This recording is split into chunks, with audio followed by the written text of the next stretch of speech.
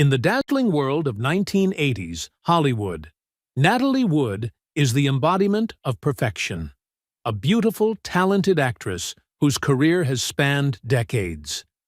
Known for her iconic roles in films like West Side Story and Rebel Without a Cause, she is adored by fans and fellow stars alike.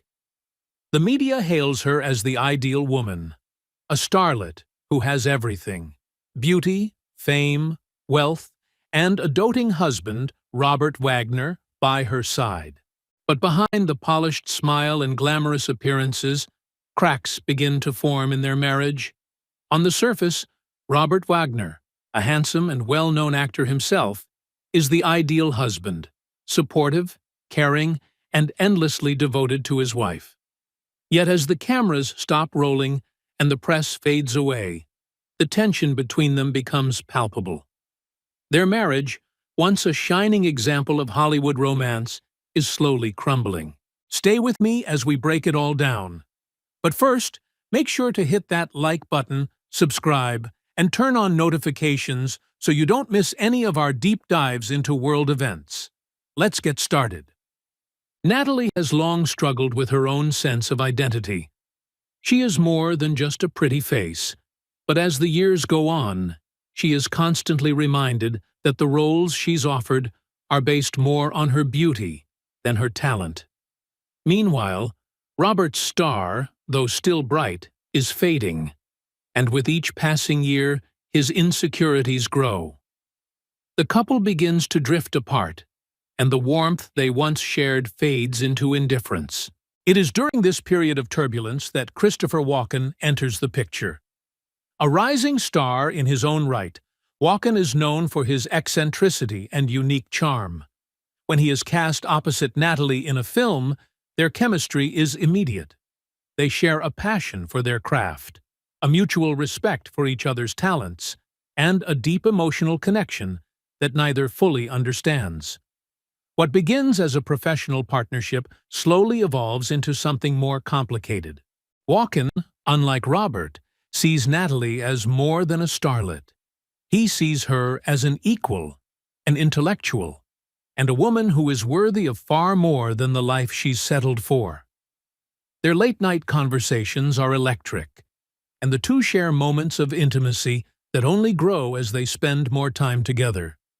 Robert is not blind to this growing closeness, and the jealousy he feels starts to manifest in increasingly erratic behavior. He tries to dismiss it, but his suspicions grow, and he begins to question Natalie's loyalty. Despite the cracks in their relationship, Robert maintains a perfect public front. The couple still attends glamorous events, posing for photographers and maintaining an image of perfection for the Hollywood elite. But behind closed doors, the facade begins to crumble further. The once passionate love between Robert and Natalie is now filled with unspoken resentments, emotional distance, and the weight of their unsolved issues. As their lives become more intertwined with Hollywood's web of power and influence, they remain trapped in a world where appearances mean everything. But beneath the glitz, there is an undercurrent of tension, jealousy, and unresolved longing. Three things that will ultimately come to a head on that fateful night aboard the yacht. It's a warm autumn evening in 1981 when Natalie, Robert, and Christopher embark on what seems like an innocent weekend getaway to Catalina Island. The luxurious yacht, the Splendor, is a symbol of their wealth and status, a private oasis far from the prying eyes of the press. For Natalie, this trip is meant to be a brief escape, a time to unwind and temporarily leave behind the pressures of Hollywood. Robert, ever the doting husband, hopes this retreat will help restore the fading magic in their marriage. Christopher, whose career is taking off, is invited as a guest, though no one can quite pinpoint whether it's out of professional camaraderie or a deeper, more personal connection.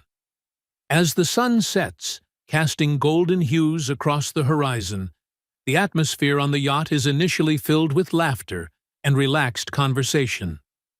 The trio enjoys an elegant dinner on the deck, sipping wine and sharing stories under the fading light of the evening. The tension, however, begins to rise beneath the surface. Robert, who has been drinking more heavily than usual, grows increasingly agitated. He watches as Natalie and Christopher share a quiet moment, their heads leaning in towards one another as they laugh at a private joke. It's a subtle gesture, but to Robert, it feels like a betrayal. He can't shake the growing suspicion that there's more between them than meets the eye. The once picturesque evening takes a dark turn after dinner. The wind picks up, and a storm brews on the horizon, its shadows creeping in as the night deepens. The yacht, though anchored off the coast, begins to sway with the rising sea, adding an unsettling feeling to the air.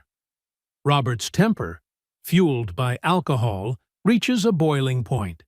He confronts Natalie, accusing her of being distant and emotionally unavailable. He lashes out at her for spending too much time with Christopher, throwing accusations of infidelity that cut deep.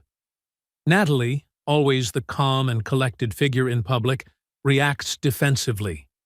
She insists that she and Christopher are simply friends, partners in their craft. But Robert, overwhelmed by jealousy and the cracks in their marriage, refuses to believe her. The argument escalates quickly, becoming heated and loud. Words are exchanged, insults hurled, far more viciously than ever before. The storm outside mirrors the chaos inside the yacht. Christopher, sensing the tension, tries to intervene, but his presence only exacerbates the situation. Robert accuses him of taking advantage of the situation, of trying to steal his wife right out from under him. The words hang in the air, thick with unresolved animosity.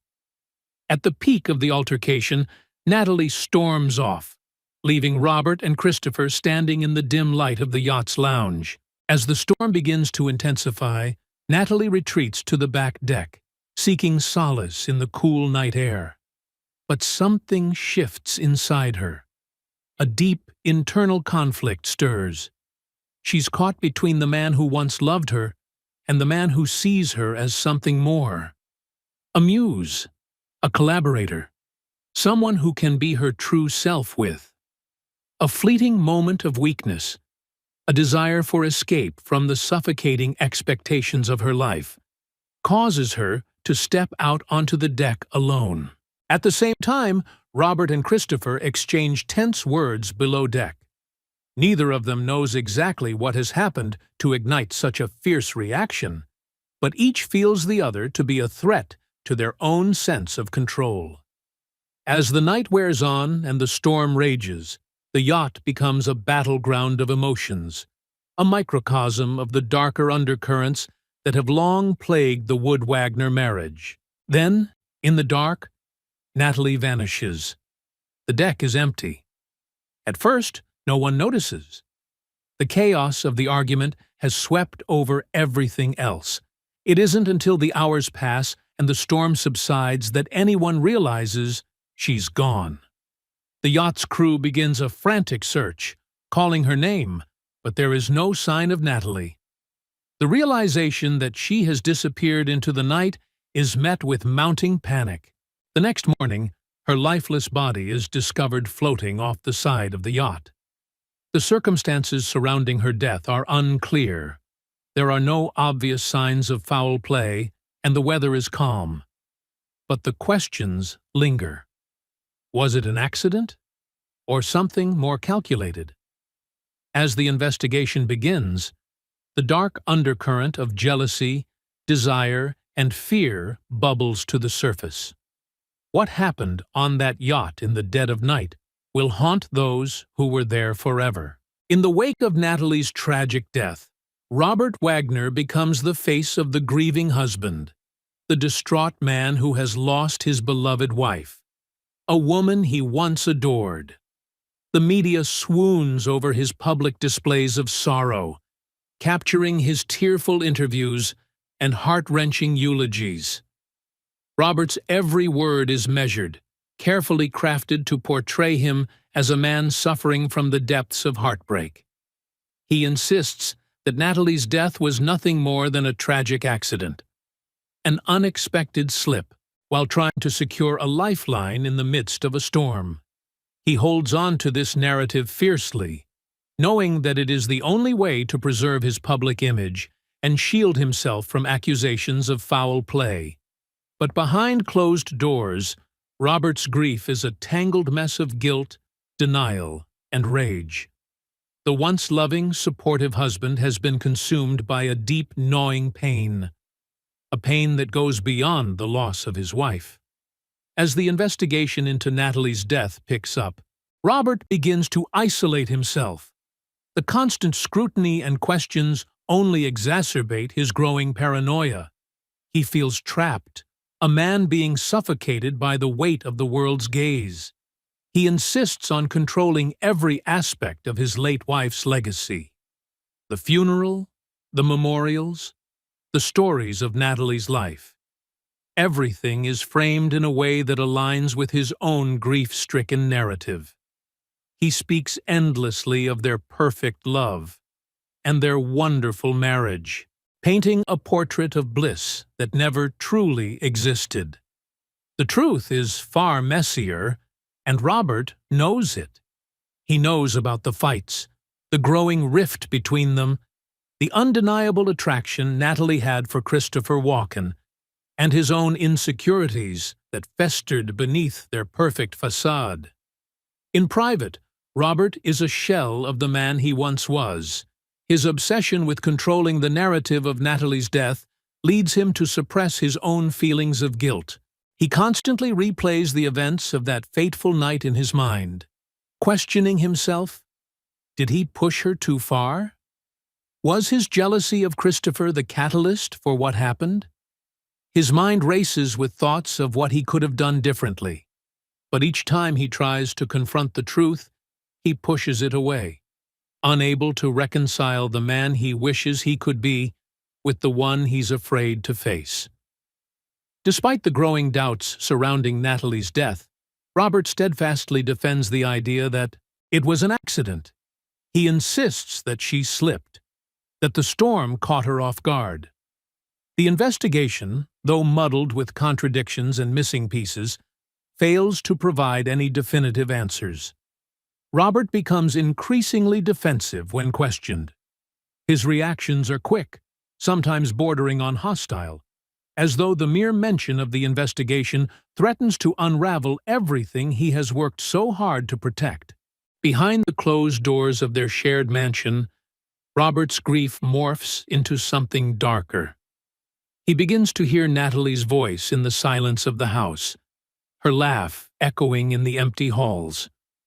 The walls that once held the vibrancy of their shared love now feel like a tomb, each room a reminder of what he has lost. At night, he dreams of her, her smiling face, her gentle touch, her beautiful voice. But in these dreams, she's not a vision of the woman he loved. She's a haunting presence, accusing him of not being enough, of not being able to protect her. The more Robert tries to bury the pain, the more it seeps through the cracks of his carefully constructed life. He throws himself into his work, attempting to divert attention from the fact that his personal world is falling apart. He surrounds himself with loyal friends and colleagues, but the distance between them grows too. His behavior becomes erratic. He distances himself from the people who knew Natalie best, cutting off anyone who might stir up uncomfortable truths. The press continues to hound him, desperate for answers. There are whispers in the tabloids, rumors of infidelity, and private stories about the troubled nature of his marriage. But Robert remains resolute in his stance, refusing to allow the public to see anything other than a grieving widower who is still too heartbroken to speak the full truth. But as the weeks drag on, his own doubts start to erode the walls of denial. He begins to see shadows lurking at the edges of his thoughts, the specter of something much darker than a simple accident. The guilt gnaws at him, the paranoia takes hold, and Robert starts to wonder, was it truly an accident? Or did something more sinister unfold that night on the yacht? As the investigation continues to unfold in the background, Robert is forced to confront a truth he cannot yet accept. He may not be as innocent as he believes. For months after Natalie Wood's death, the investigation stalls, offering little more than speculation and unproven theories. The yacht crew is questioned, as are Robert and Christopher, but no one seems to have seen or heard anything that could provide clarity. The official narrative remains that Natalie's death was a tragic accident, but lingering doubts continue to swirl in the background, questions unanswered, and suspicions mounting. Then, in the quiet shadows of the case, a mysterious witness makes contact. A figure who had remained silent for years, but now feels compelled to speak up. The witness, known only to Sarah as the Insider, had been present on the yacht the night of Natalie's death. They were a member of the crew, someone who had witnessed the tensions between the passengers but had never been in the spotlight. Until now. The first contact comes in the form of an anonymous letter, handwritten and delivered to Sarah's office. The letter is cryptic, but significant. It claims to have witnessed something that no one else has, the truth behind what happened on that yacht. It hints at a confrontation that took place just before Natalie's disappearance, a moment of violent aggression that was conveniently ignored in the official reports. The letter is vague, with no specifics, but it leads Sarah to believe that this witness holds the missing piece of the puzzle. The writer doesn't reveal their identity, but warns Sarah to be cautious. Their life is in danger for knowing what they know. Driven by a mix of skepticism and hope, Sarah begins her search for this elusive person. She interviews former crew members, checks old crew rosters, and tracks down anyone who might have been aboard the yacht that night. It takes weeks, but she finally uncovers a trail leading to a man named James. James was a lower-ranking member of the crew who worked the night Natalie died. At the time, he had no idea that his role on the yacht would entangle him in one of Hollywood's most notorious unsolved mysteries. He had been a simple deckhand, tasked with maintaining the yacht and assisting the guests, but he had been an inadvertent witness to the growing tension between the three stars. After weeks of persuasion and careful coaxing, James finally agrees to meet with Sarah, but only under one condition. They meet in a remote location, far from the prying eyes of the press and the powerful people who could hurt him for revealing the truth. He is terrified, a man visibly shaken by his own involvement in the aftermath of that night. He recounts his memories in hushed tones, as though afraid of being overheard. What he reveals is far more than Sarah expected. James describes the altercation between Robert and Christopher, how the two men's anger toward one another had escalated into a near-violent confrontation on the lower deck. He describes Robert's rage, how he had stormed off toward the back deck after his argument with Christopher, and how the atmosphere on the yacht had shifted from tension to outright hostility. But then, just as the argument reached its peak, something chilling happens. James claims that he saw Natalie, in the midst of the storm, standing alone on the back deck. She appeared distressed, looking lost in thought, her posture tense and rigid.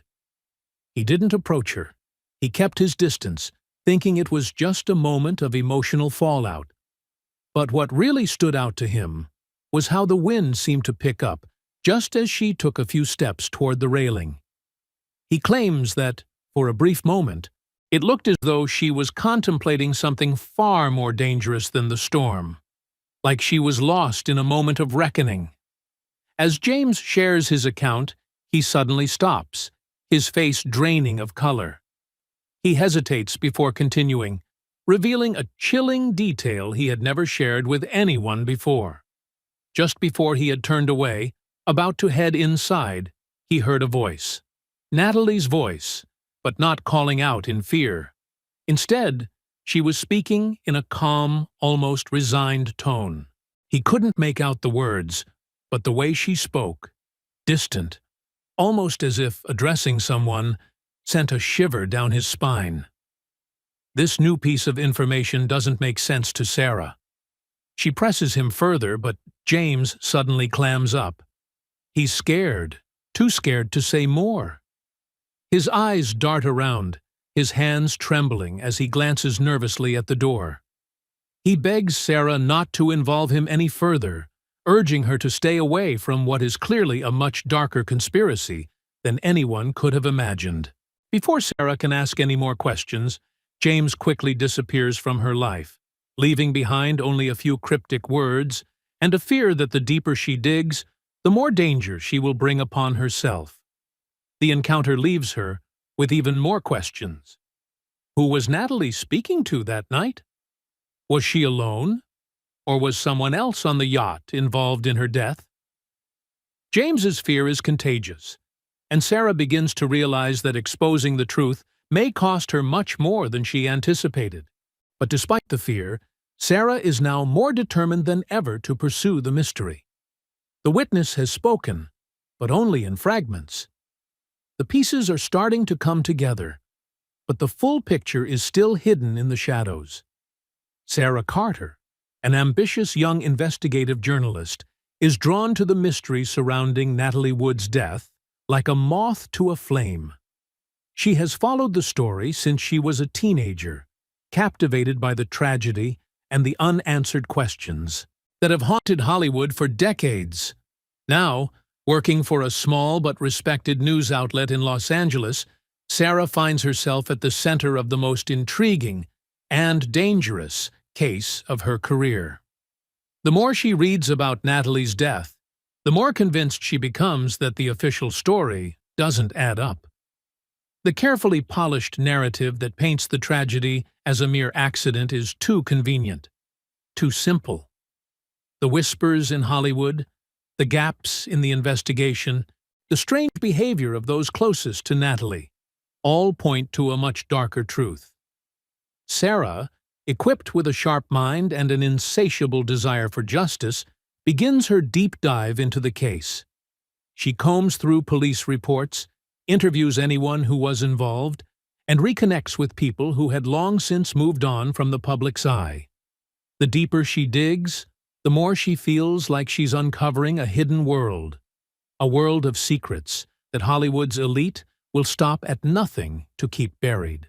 Her investigation is met with resistance from the beginning. Hollywood, for all its glitz and glamour, is a tightly controlled machine, and those who dare to challenge its image are often silenced. Sarah reaches out to various people connected to Natalie's death: investigators, former friends, even minor crew members who might have been on the yacht that night. Most of them shut her down immediately, dismissing her questions or redirecting her toward dead ends. She's told countless times that the case has been closed and that there's nothing more to uncover. But she isn't deterred. She senses something others don't: an undercurrent of fear in the way people react to the case, as if they're hiding more than just the truth about a woman's death.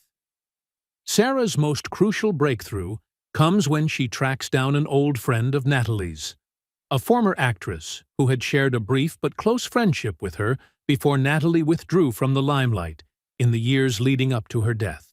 This woman, Maggie, has long been silent on the matter, unwilling to speak publicly about what she knows. But after months of persistent calls and visits, Sarah manages to get her alone in a small cafe in West Hollywood. Maggie is nervous, but willing to talk. Over the course of their conversation, Maggie begins to open up, offering cryptic glimpses into Natalie's emotional state before the fateful trip to Catalina Island. She speaks of Natalie's growing frustration with her career, her fears about her marriage, and her complex relationship with Robert. Maggie hints at an affair but she refuses to go further. Natalie was a woman with secrets, she says, her eyes glancing nervously around the room. And she wasn't the only one keeping them. This interview with Maggie raises more questions than it answers. Maggie's words are laced with mystery, suggesting a love triangle, or perhaps something far more dangerous, that Sarah is only beginning to piece together. But even with this new information, Sarah knows she's just scratched the surface. Maggie's reluctance to reveal everything speaks volumes. Someone, or something, is still intimidating her into silence. Undeterred, Sarah shifts her focus to the key figures in the investigation: Robert Wagner and Christopher Walken. Both men have gone on record in the past, insisting that Natalie's death was an unfortunate accident. But Sarah believes they know more than they've let on. Robert, in particular, seems to be hiding something. Sarah arranges an interview with him, hoping to get a glimpse into his grief-stricken heart. But when she meets him, she's struck by his coldness. The man who once seemed so warm and loving on screen now feels distant, almost calculating. The facade of the grieving widow seems to be wearing thin. The interview is tense, with Robert deflecting most of Sarah's probing questions. He's evasive, quick to shut down anything that might suggest foul play, yet his discomfort is palpable. At one point, he seems almost too eager to end the conversation, as if he's desperate to control the narrative once again. But Sarah is no fool.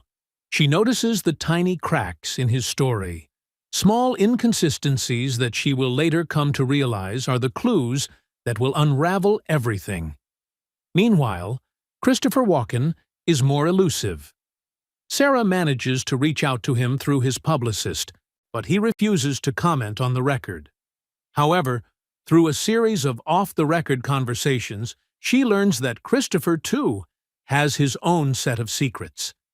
His relationship with Natalie, which many believed was purely professional, seems far more complex than anyone could have guessed. Sarah discovers that the two had been spending time together in private long before the trip to Catalina Island. There were rumors of a passionate affair, of a bond that crossed professional boundaries, but what really stands out is the strange, almost dismissive attitude Walken has toward the entire investigation. It's as if he knows something Sarah doesn't, and he's not afraid of the consequences. As Sarah delves deeper into the lives of these two powerful men, she begins to realize the truth. They aren't just two Hollywood figures caught in a tragic love triangle. They're part of a much larger, more dangerous conspiracy. The deeper she goes, the more dangerous her investigation becomes. She starts receiving cryptic warnings, strange phone calls, anonymous letters, even people showing up at her apartment, leaving veiled threats about the price of uncovering too much. It's clear that someone doesn't want her to uncover the truth, and the closer she gets to the answers, the more dangerous things become. Despite the mounting pressure, Sarah pushes forward, her obsession with the case growing. She realizes that she's not just uncovering the truth about Natalie's death, she's uncovering the dark heart of Hollywood itself. As the investigation begins to stall, a chilling breakthrough arrives, shattering the silence that had enveloped Natalie's death for so long. An old friend of Natalie's, someone she had confided in years earlier, comes forward with a secret she had buried deep inside her. The woman, who had always kept her distance from the press, finally reaches out to Sarah, the ambitious journalist, and agrees to meet in a secluded cafe on the outskirts of Los Angeles. Her face is pale, her hands shaking as she clutches the envelope containing the long-suppressed truth. Sarah, ever the professional, remains calm. But inside, she's fighting a whirlwind of emotions. She knows this could be the lead that cracks the case wide open. With the thrum of the city just outside, the friend begins to speak in hushed tones, glancing nervously around as if expecting someone to overhear. Her voice quivers as she recounts the night of Natalie's death, her memories filled with unsettling details that had been too dangerous to share before. It's a delicate moment. The friend had been present at a party just days before the yacht trip, where she had witnessed a heated argument between Natalie and Robert Wagner. Their voices were raised, their words cutting through the thick tension of the room like sharp knives. It was no ordinary spat, the friend says, but one that had clearly escalated, with Robert accusing Natalie of infidelity, jealousy twisting his words into something darker. Christopher Walken's name had been spat out in venomous tones, but Natalie, surprisingly, had kept her composure, replying with a quiet firmness that left no doubt about her stance. The conversation, however, took an unexpected turn when she had overheard Robert threatening something more than just divorce. He had promised that if she ever left him, there would be consequences. The friend tells Sarah that she had thought it was just the kind of bluster you'd expect from a man losing control of his relationship, but she now knows it was far more serious. The night Natalie disappeared, this friend had been just a few feet away from the couple when she heard the sound of glass breaking and raised voices from the deck. The friend had rushed to the edge, only to witness Robert and Christopher in the middle of a shouting match, their faces flushed with anger. A final threatening remark came from Robert, one that sounded like a grim warning. And then, silence. It was after that moment that Natalie was seen leaving the deck alone, her movements erratic, her face pale from what she'd just endured. The friend had known something was wrong, but at the time, fear kept her quiet. She never imagined that it would lead to this tragic end. As she speaks, her voice shakes with guilt, regret, and an unspoken terror that had consumed her for years. She fears that revealing this now will mark her as an accomplice in a crime she had no part in. But she cannot live with the weight of her silence any longer. Before Sarah can ask any follow-up questions, the friend abruptly stops speaking.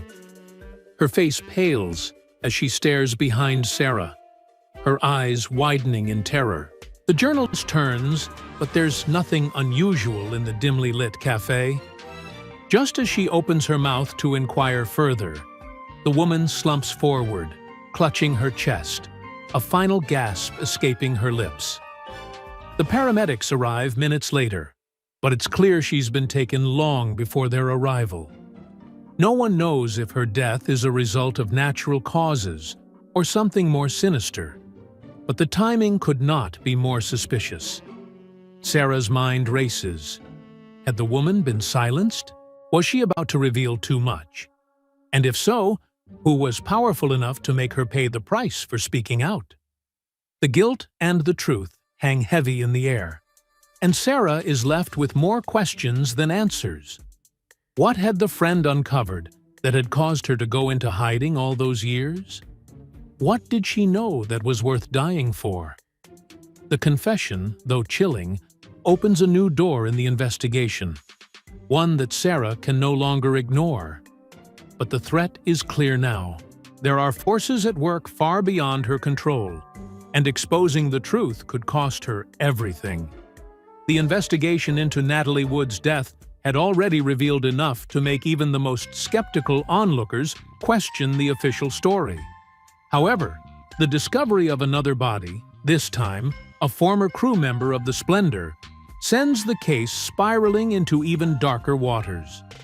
The crew member, Mike Callahan, a quiet and unassuming man who had worked as part of the yacht's team during that fateful trip, had long since faded from the public eye. His connection to the tragic night seemed to be a thread barely worth pulling. Yet, his death brings an eerie chill to the investigation. Mike's body is discovered on a secluded stretch of beach, far from any main road, at dawn. His clothes are torn, his face bruised, and his body positioned in a way that suggests he didn't simply wander off and collapse. A deep cut across his throat confirms that the man didn't die by accident. The scene, isolated, unnervingly deliberate in its presentation, feels far too similar to Natalie's tragic end. The only difference is that Mike's death was less public, his body left to be found by someone passing by early in the morning. For Sarah, the intrepid journalist who had been digging into the case, Mike's death is a terrifying confirmation of something she had feared. Someone, or something, is actively trying to cover up the truth. It's no longer just a case of one mysterious death, but a pattern. As she digs deeper into Mike's background, she uncovers whispers that he may have known more about what happened that night than anyone realized. He had been there when the argument broke out between Robert, Natalie, and Christopher, and rumors suggest he may have overheard critical details. Yet, Mike had been strangely reticent in interviews following the tragedy. Had he known too much? Had he seen something he shouldn't have? Sarah soon learns that Mike had started to show signs of distress in the days leading up to his death. Nervous glances, erratic behavior, unexplained disappearances. He had been trying to reach out to someone, though no one knows who.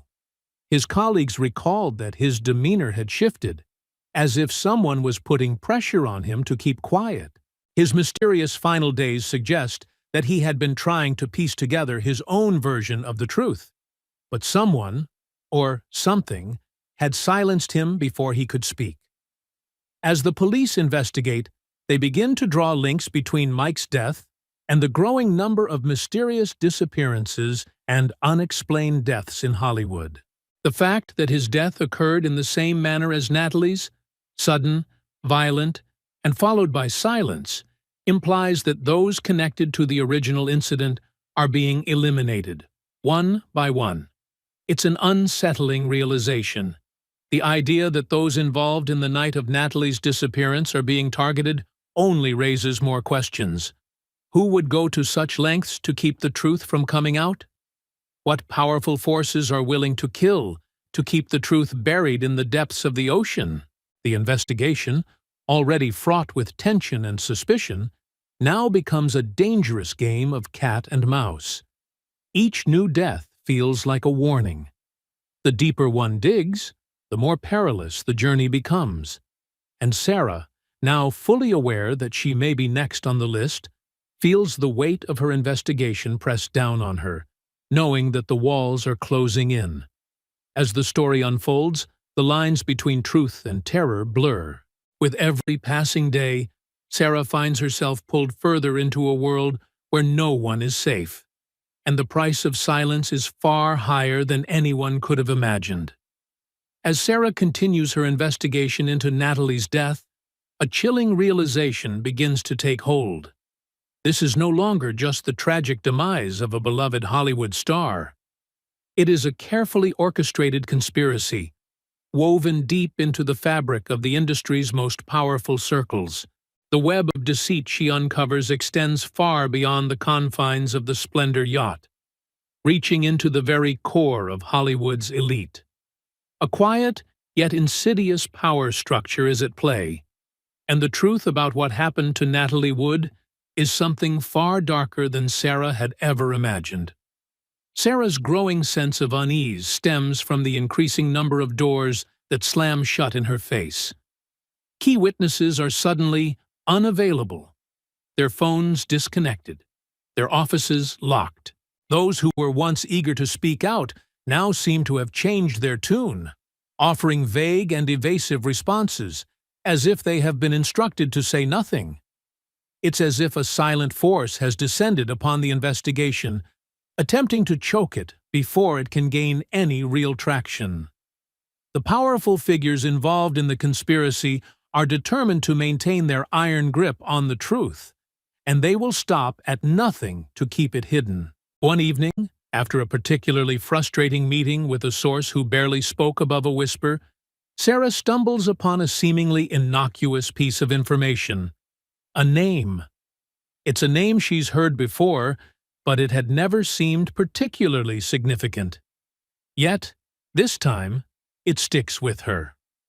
Julian Cartwright, a prominent Hollywood mogul whose name is synonymous with power, wealth, and influence.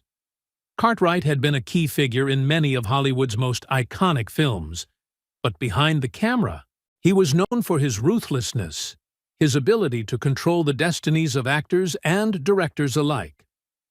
A deeper dive into Cartwright's life reveals a pattern, one of manipulation, control, and an unyielding desire to maintain dominance in the industry. Sarah begins to connect dots between Cartwright and those closest to Natalie. Robert Wagner, Christopher Walken, even some of Natalie's closest friends. The more she uncovers, the more it becomes clear that Cartwright's influence may have played a far larger role in Natalie's life and death than anyone could have guessed. Had Natalie been the victim of a much larger game? Was she simply a pawn in a struggle for control over Hollywood's narrative, one that Cartwright and his circle had been quietly shaping for decades? Sarah's fear turns into a resolve as she starts to piece together the horrifying truth. The argument that occurred on the Splendor, the one that had sparked the chain of events leading to Natalie's death, wasn't just a personal dispute. It was a clash over something far more significant: control over Natalie herself. Robert Wagner's jealousy and manipulation were only the surface of a much deeper and more sinister plot. Cartwright had wanted Natalie for himself, both as a star and as a symbol. He needed her to comply with his vision, to play a part in the image he was constructing. But Natalie had resisted. She had begun to fight back, to break free of the grasp that had been placed on her by the studio system and the men who controlled it.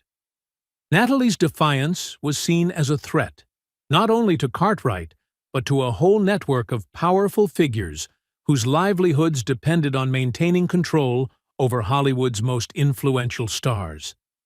Natalie's death wasn't an accident. It was an execution, carried out by those who knew that her rebellious spirit was something they couldn't afford to let live. As Sarah dives deeper into Cartwright's world, she realizes the full scope of the conspiracy. It's not just about Natalie anymore.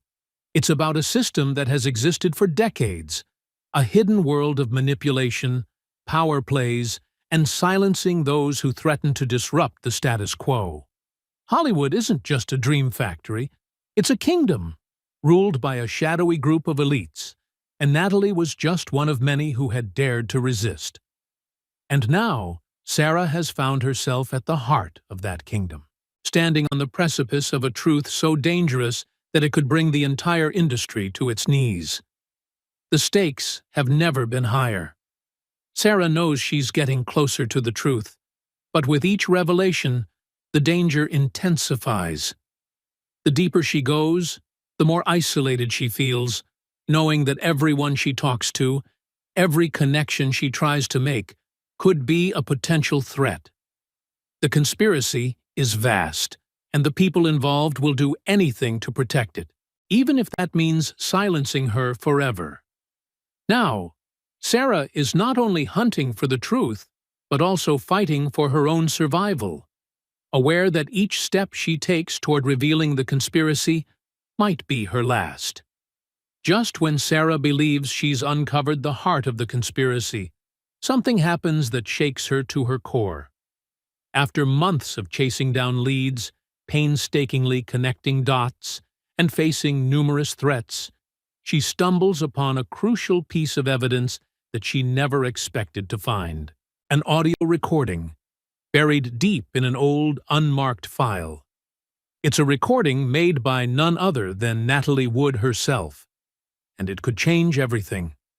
The recording, which Natalie had secretly made shortly before her death, is a quiet and chilling confession, one that reveals the stark truth behind the carefully curated public image of her marriage to Robert Wagner. In the recording, Natalie's voice trembles with a mixture of fear and defiance as she speaks into the microphone. She talks about the mounting pressure she felt from both her husband and Hollywood's elite, confessing that she had been manipulated and threatened by those closest to her. "I thought I was free." Natalie's voice breaks through the static. "But I'm trapped. I'm trapped by him, by them, and they won't let me go. They won't let me be myself. Robert, he's not who he seems. He's not the man everyone thinks he is. He wants to control me. He wants to control everything about me.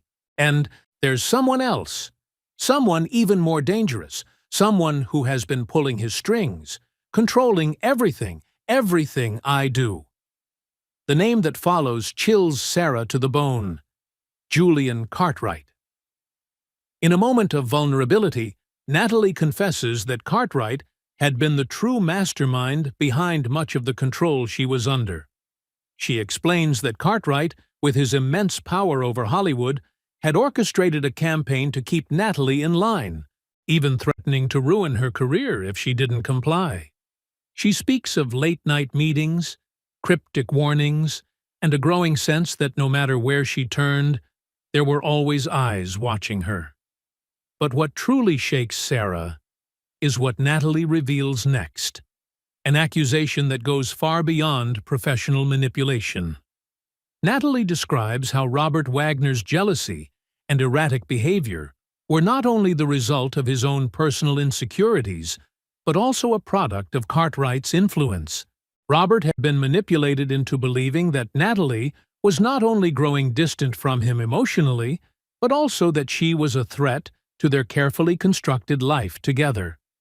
Cartwright had convinced him, through a series of deceitful maneuvers, that Natalie was secretly seeing Christopher Walken, her co-star from Brainstorm. In reality, Natalie's relationship with Walken was nothing more than a friendly, professional bond. But Cartwright had twisted the truth, turning Robert's suspicions into something much more dangerous. The recording goes on, revealing that Natalie had planned to confront both Robert and Cartwright. She had gathered the courage to expose the truth to the world, and she had even arranged to meet with Sarah in private to reveal everything. "I'm not going to let them win," Natalie's voice echoes with determination. "I'm going to tell everything. I'm going to make them pay."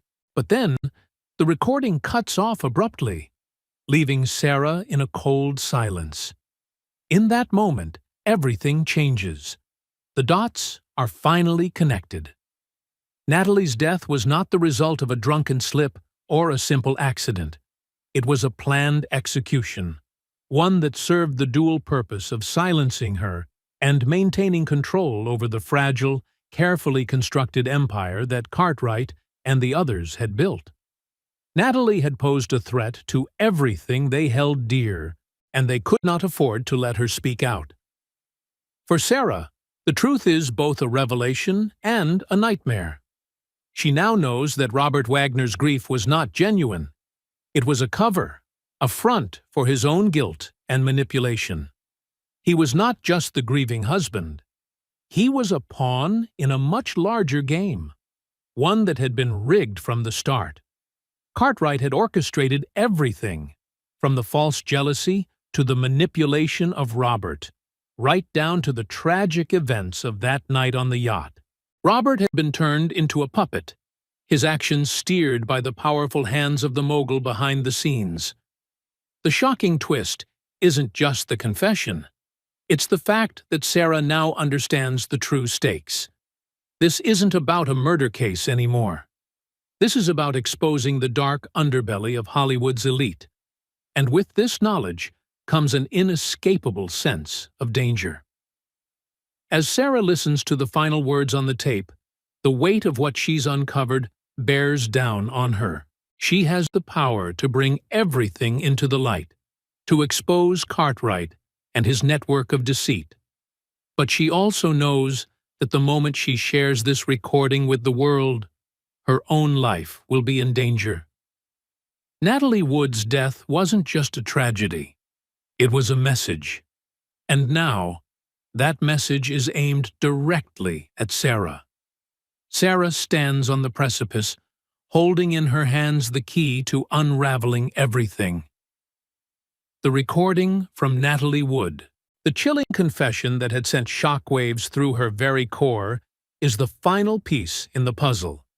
She knows she has the truth, The truth that will expose not only the men behind the conspiracy, but the very system that allowed it to happen. But as she prepares to release it to the world, a dark realization dawns. The stakes have never been higher, and someone is watching her every move. The sense of urgency that has gripped Sarah since the moment she stumbled upon the truth becomes overwhelming. Every lead she's followed, every piece of evidence she's uncovered, has led her to this single, fateful moment. The recording is proof of the manipulation, the betrayal, and the systemic corruption that permeates Hollywood.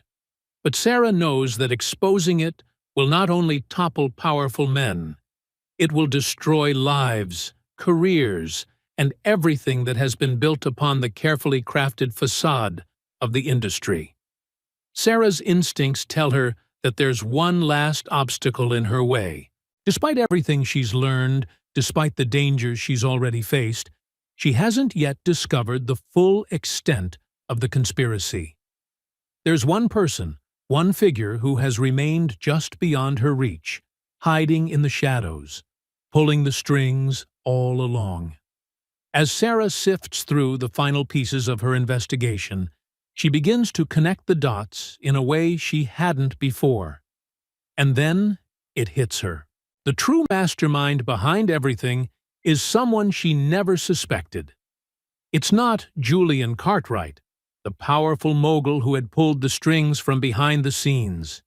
It's not even Robert Wagner, whose jealousy and manipulation had played such a critical role in Natalie's death.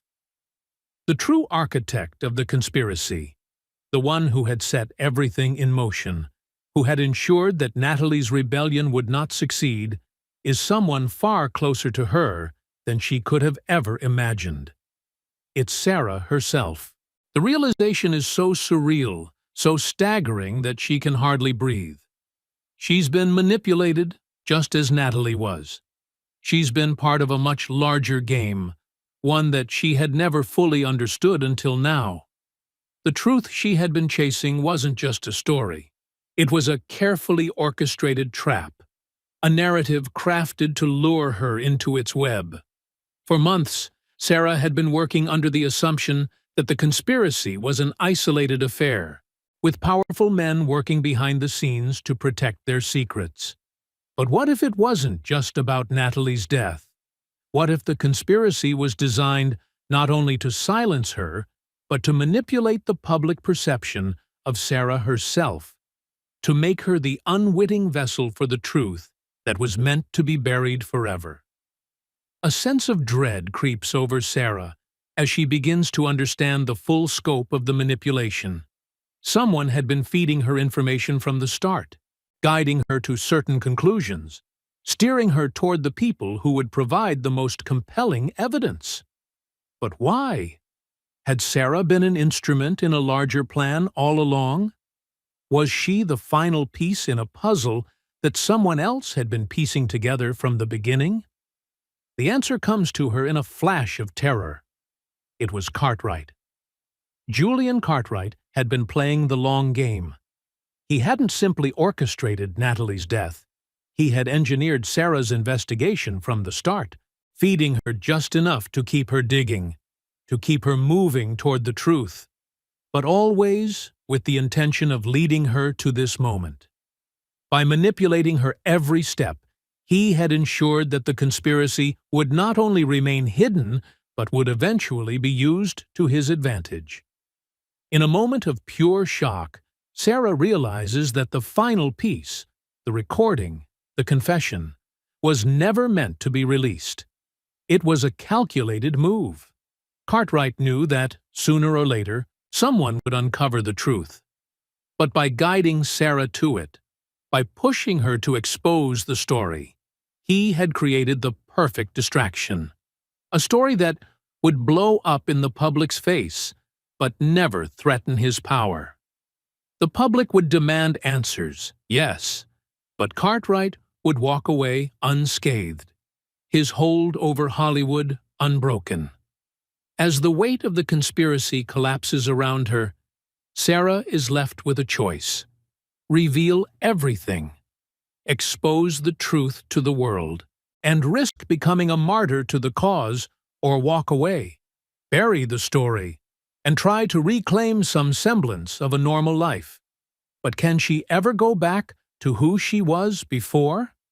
The answer is clear. The cost of truth is too high, and Sarah realizes that she has been forever changed by her pursuit of it.